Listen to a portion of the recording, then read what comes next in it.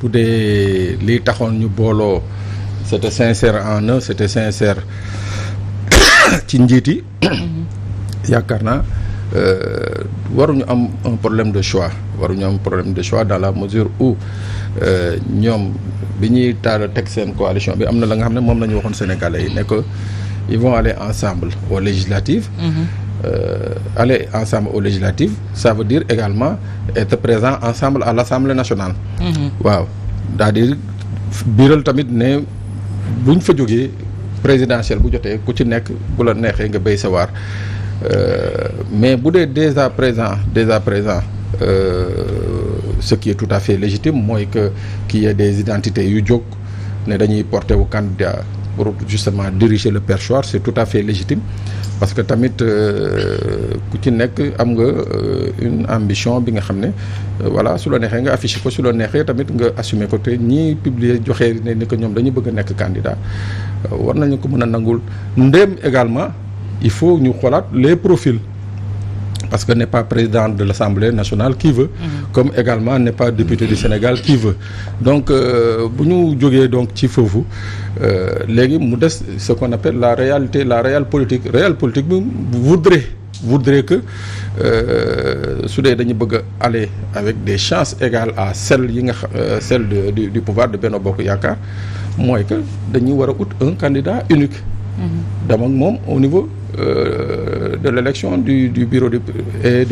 bureau de l'Assemblée et du président te tey logique pour logique bu ñuy waxee rek logique politique tey Yewwi Askan ñoom ñoo yore la majorité dans cette intercoalition de l'opposition ndem ñëlee am nañu légitimité laajte mais je dis que réel politique oblige tey Yewwi Askan je crois que moom moo am le meilleur profil pour présenter candidat mais est-ce que tey ni ko Pape waxee Georges Yewwi Askan Wi ñoom ñoo gën a jege jiite perchoir bi que Benno Bokk Yaakaar tey jii est-ce que tey multitude de candidatures yi déclarées au sein de Yewwi également du leen fragiliser un peu. non je suis pas d'accord que yow boo nee Yewwi Askan Wi moo kii pour jiite. non Pape moo ko wax waaw Pape. waaw là bon est-ce que vous partagez cet avis de Pape? Non du tout xam nga fu mu nekk nii à l'état actuel des choses. Benno Bokk Yaakaar dafa am une majorité. Non, je parle de l'opposition. Oui, de l'opposition. Oui. Mais en tout cas, tels que les faits sont actuellement ñu présentés au nii Benno Bokk Yaakaar bu amee candidat mën na candidature am mën na jàll à moins que mu am des crocs en jambe wala ay frustrations yoo xam ne dina tax ba député bu yooyu. ça dépend si ñoom kan la ñu choisir. ça dépendra si ku ñu choisir pour mu nekk seen candidat te dafa am maintenant benn facteur bi si génn. mooy la nomination du poste du Premier ministre et du nouveau gouvernement loolu aussi ça va jouer si cette élection à l'Assemblée nationale et je sais que c'est pas pour rien moo tax par exemple tey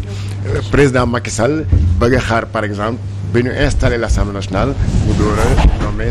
le nouveau gouvernement parce que loolu c'est très important maintenant pour revenir à Yewwi l'intercoalition Yewwi ak Wallu man dégg naa si ay candidatures yoo xam ne quand même c'est des candidatures il faut le dire c'est des candidatures fantaisistes ñoom bu ñu nañu bàyyi rek ñu ne leen saay yaa mën ataay rek ngay fuuralee tànk parce que loolu laa gis am na candidature yoo xam ne dama leen dégg ñoo xam ne c'est presque des semi-analphabètes nga bëgg naan mais c'est pas un crime d'avoir des ambitions genre. c'est pas un crime d'avoir des ambitions mais am na ambition yoo xam ne yow nit day xam boppam xam nga am na yoo xam ne quand même c'est vrai que l'appétit en mangeant ñu nommé la nga nekk élire la nga nekk maire ñu élire la nga nekk député nga ne léegi tu vises le perchoir tout en sachant que am na candidature yoo xam ne sax bu ñu demee Assemblée nationale en rang dispersé mais du ñu dem fenn non seulement bu wàllu présenté par exemple parce que dégg naa waa PDS naan ku si gën a jekk tey mooy Mamadou Lamine Thiam mi nga xam ne il a été 2 fois questeur de l'Assemblée nationale si temps Abdoulaye Wade bon yàgg na assemblée c'est vrai am na expérience bi mais n'oublie pas aussi que bon quelqu'un comme Barthélémy Diaz il a été député Barthélémy mos nekk député donc kon yow le meilleur profil c'est lui en tout cas si Yewwi Askan Wi ñu fa nekk tey à l'Assemblée kan nga fi gis si Yewwi Askan Wi ku fa nekk député à part Barthélémy Diaz dafa mos nekk député c'est Barthélémy Dias rek moo fa mos nekk député ñeneen yëpp bon dégg naa Ahmed Aïdara je l'aime bien mais Ahmed nag moom vraiment je suis désolé mais xam nga Ahmed amul cette carrure là ak le bagage intellectuel mën a tax nga nekk député président de l'Assemblée nationale. Guy Marius Sagna il a peut-être le profil mais il a peut-être le handicap d'être un nouveau député. D'accord. Un nouveau député te loolu quand même président de l'Assemblée nationale du ay faux aussi hein. Donc là je crois que am na yoo xam ne tey bu ñu leen nit bu ñu déposé seen candidature mais dama bëgg nekk président Assemblée nationale si biir Yewwi Askan Wi am na ñoo xam ne ay député Yewwi Askan Wi duñu leen voté parce que dañu naan non lii di sabotage la comme ni mu la ko waxee rek du da nga mën a attaay rek ngay fourler sa tànk yow tamit. balaa may jox Issa Tine mu seq laaj ak tontu ak suñu invité dañ koy dalal Yaye Fatou Diagne ñu ngi lay nuyu di la dalal ci Walfadjri. merci beaucoup maa ngi am mbégte tey ñëw fii ci Walfadjri di nuyu téléspectateur Walfadjri yëpp. di nuyu aussi ñi ma bokkal plateau bi. di nuyu sama frère Georges Nesta. ak Issa. donc maa ngi leen di nuyu bu baax di am kontaan te teew fii tey. jërëjëf Issa laaj bu njëkk bi ñu bàyyi la ak soxna Yaye Fatou. waaw parce que ñi ngi woon ci installation assemblée nationale. ñi ngi wax ci côté kujje gi muy yeew l'intercoalition Yewwi Wallu ak li nga xam ne moom la ñuy amal fan yi mu di ay waxtaan ngir xool kan moo koy jiite mais ci côté pouvoir bi dafa mel ni mbir yi daanaka ba léegi tekkaaral la déggaguñ ci dara est-ce que loolu day signifier que ni tout est harmonisé wala dafa nekk loo xam ne rek peut-être combat bi c'est le 12 moom lañ ko nar a xam.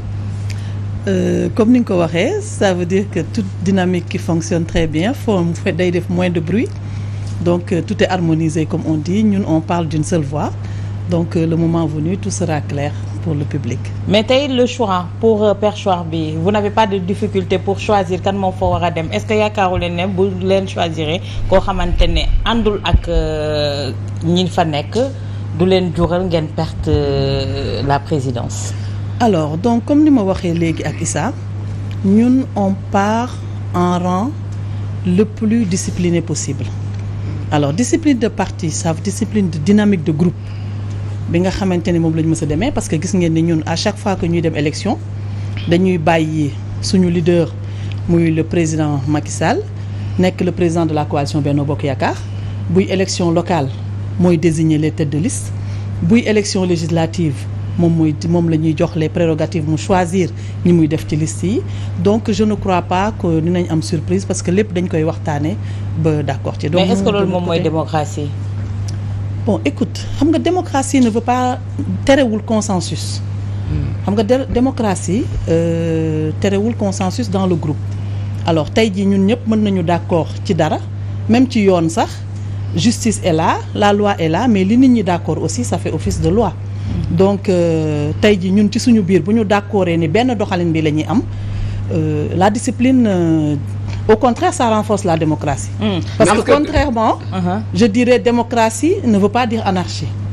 donc la discipline renforce la démocratie. mais tey amoon ngeen conclave boo leen amoon yéen député yi ñu fal ci 14e législature bi ci boobu ndax tànn ngeen ki ngeen yóbbu ci pencum ndaw réew mi. waaw xam nga man du ma député. moi je suis pas investiruñ ma man du ma député. donc comme coalition yëpp nu muy doxee suñu député yi ba ñu demee élection ba ñi nga xam ne yàlla def na ñoom ñoo war dem teewal ndaw Sénégal ci pencu ndaw yi réew yi te jóge ci suñu wàll suñu président coalition comme ni ma leen waxee recevoir na leen ak ñoom waxtaan na ak ñoom si naturellement c'est si dynamique organisation naka lañ nar a organiser assemblée xam naa ne je suis sûr fekkewu ma ko nag mais xam naa loolu lañ fa waxtaanee. mais assemblée boobu la est-ce que jàpp leen ne aussi surprise mën na si am mooy ngeen def élection yi malgré que nee ngeen 83 députés ngeen am mais ngeen perte li nga xam ne moo di perchoir bi muy la présidence de l'assemblée parce que gis nañ que ni opposition bi ñoom ñi ngi yëngatu bu baax a baax malgré que ñi ngi naan ku nekk a ngi samp ak yooyu mais au finish mën nañ dem ba am benn candidat yéen seen candidats yi est-ce que mënul nekk benn candidat boo xam ne aussi ay vote sanction dina si juddoo. alors mooy comme li ma wax léegi xam nga politique engagement la. léegi dañu bëgg a dugal ci politique li ci gën a bari wor def sous la table mais politique lieu la boo xam ne dafa war a nekk débat de conviction politique même booy changer position da nga war a am la latitude am ouverture wax ko ci kaw ñëpp xam les raisons yi la poussé nga changer de posture parce que politique affaire u idée la te démarche recherche de solution toujours les convictions peuvent peser bii mën na gën a peser bële. Donc mënuñu defee comme ñun tey on part dans un groupe dans une dynamique de groupe et que suñu biir ñuy amante ay suspicions di jàpp ne suñu candidat mën na dem ba ci biir am ñu ko wor ak yooyu man personnellement je n'y crois pas parce que je sais que ñi ñu tabb député c'est des personnes assez réfléchies ñoo xam ne dañu xam lan mooy enjeu yi parce que l'enjeu de l'Assemblée nationale c'est pas une instabilité. L'enjeu de l'Assemblée nationale c'est la stabilité du pays stabilité Assemblée nationale lan moo tax ñu yóbbu nit ñi ci pencu ndawi réew ñi Sénégal la ñu bokk aujourd'hui député yëpp amatul député Benno Bokk Yaakaar amatul député Wàllu Askan Wi amatul député Yewwi Askan Wi amatul député les serviteurs ou autre chose les députés qui sont à l'Assemblée nationale sont les députés du peuple sénégalais maintenant lan moo war a nekk seen mission première ñoom la stabilité du peuple sénégalais la stabilité dans la gestion des affaires du peuple sénégalais bu ñu demee ci terrain boobu est-ce que bu ñu tegee loolu le choix d'un président de l'Assemblée nationale devrait poser problème normalement ça ne devrait pas poser problème mais si on part dans une dynamique de vouloir ñu bëgg a utiliser Assemblée nationale comme benn contre-pouvoir ça veut dire s'opposer ça veut dire être automatiquement contre le pouvoir là ça pose problème est-ce que le Sénégal y gagne quelque chose c'est là la question. li Yaay Fatou di wax mooy. li war a ne mais tey li war a ne moo nekkul est-ce que tey ji mën nañu toog qu'il y ait surprise par rapport à la présidence surtout du côté de Benno Bokk Yaakaar ni ko Issa di insinuer que le choix porté sur un des leurs ne fasse pas l'unanimité. Bon, moi j'ai toujours soutenu depuis la fin de cette élection législative j'ai toujours soutenu ni que score yi ni mu serré nii les craintes sont des deux côtés autant du côté du pouvoir Benno autant du côté de l'opposition c'est-à-dire que j'aime bien ce que madame a dit dañ nekk en politique et que la politique pour le commun des mortels c'est de bien faire c'est de faire pour la cité mais li ñu gis fii Sénégal mooy que la politique c'est autre chose mooy les gens font la politique autrement mooy que c'est ñenn ñi pour des intérêts personnels ñenn ñi c'est pour justement effectivement permettre au pays ou permettre à leur parti d'aller de l'avant mais léegi le problème qu'il y a mooy bu ñu jógee ci législature bi bu ñu si on prend référence à la dernière législature gis ce qui s'est passé comment les députés se comportaient est-ce que on peut encore imaginer que les députés de cette nouvelle législature là daañu am un comportement autre certes mën na changer mën na niveler wu et on espère que ça soit encore nivelé et d'une façon beaucoup plus meilleure mooy ñu jël en compte les intérêts des Sénégalais mooy bu ñu fa duggee comme ni mu ko waxee ñu bañ fa toog naan man je suis un député de l'opposition ou je suis un député de pouvoir mais tant que loolu dindiwuñu ko ci bopp nit ñi et je crois que ça aujourd'hui encore une fois ñoom la majorité ils ont l'occasion de poser des actes démocratiques très forts wane déjà présent que ñii nga xam ne ñoo fa doon toog ci hémicycle bi di wax man député Macky Sall la ñooñu déjà présent ñu wan leen ni que fii députés yi c'est des députés du peuple qui sont payés par le peuple sénégalais et que lépp lu ñu fiy wax wala lu ñu fiy voter wala lu ñu fas yéene indil ko Sénégalais yi c'est pour le bien des Sénégalais et c'est pas pour le bien d'une personne maintenant on est en politique ku dem ba fal am sa majorité am na looy xaal sa majorité et pour l'intérêt supérieur de la nation je dis encore pour l'intérêt supérieur de la nation muy les députés issus des listes de l'opposition que les députés issus des listes du pouvoir lenn rek nañu mën a xaar ci ñoom mooy que ñu doon de dignes fils du Sénégal qui répondent aux aspirations du Sénégal suñ ko deful rek mooy ils vont faire pire que ceux qui étaient là. tey Georges de quelle majorité Pape nous parle bu fekkee ne jëm nañu ci élection yooyu tey jii qu'il y ait surprise c'est la même question qui revient. Bon, tu me permettras d'abord mu nuyu suma sœur bi Yaay Fatou. ma gëj a gis trop nag à part si écran bi. bon majorité xam nga fu mu nekk nii bu ñu demee tey bay spéculer si kan moo war a nekk président Assemblée nationale c'est qu'on est dans une situation inédite au Sénégal une situation inédite parce que tout simplement ni configuration assemblée bu ñu am nii la cette 14e législature Sénégal mosu ko am. xam nga depuis temps Senghor. bi jusqu'à la 13e législature dès le début de la session bu ubbee rek xam nañu déjà kan moo war a nekk président bi c'est-à-dire élection bi formalité rek lay doon rappelle-toi en 2012 quand le président Macky Sall est arrivé au pouvoir Moustapha Niasse ñëw bu ñu demee assemblée ne kan moo parce que celui qui préside la séance c'est-à-dire le plus vieux le député bu gën a âgé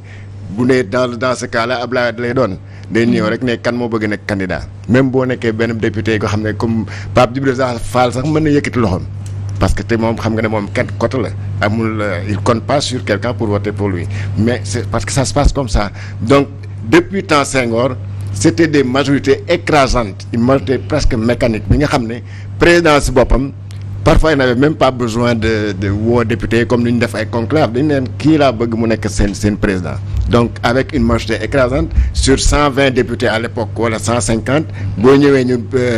l'opposition n'a peut-être que 20 députés boo leen réunir ñeneen ne 130 yi ñoo des donc ñooñu bu ñu voté rek soxlaatul sax am ambiguïté tout de suite leur candidat est élu maintenant dans ce contexte-là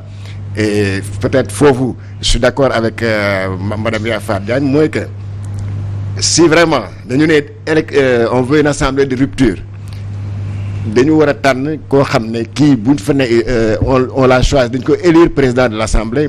en dehors de tout calcul politique. maanaam benn consensus. voilà dafa am consensus parce que yaakaar nañ ne kii bu diriger sunu assemblée nationale muy opposant muy opposition muy pouvoir nekk mën a doxal nu mu waree mais quand on met maintenant en avant les calculs politiques maanaam nga ne ça le président de l'assemblée nationale gère un budget de 15 milliards par année. am sa caisse noire bu xaw a am doole donc bu ñu quand on part de ces calculs-là ça va naturellement ça va aiguiser les ambitions. dina tax gis nga léegi déjà am na ñoo xam ne par exemple nee naa am ñoo xam ne déclaré nañu candidature xam nga ne loolu ça fait pas sérieux quoi donc buñ ko bëggee bu fekkee ne dañu bëgg woon Sénégalais qu'on est dans une assemblée de rupture ñu tànn par exemple quelqu'un boo xam ne yaakaar député yëpp yaakaar nañ kii bu ko gérer mën na ko gérer te assemblée bu baax la ñuy am. soxlawul on peut voir par exemple sax ñu renoncé ci caisse noire 40 millions yi ñuy wax ñu renoncé wu ko président bi ko nar a nekk mu renoncé aussi en plus du nekk koo xam ne dina am ambition pour 2024 mais loolu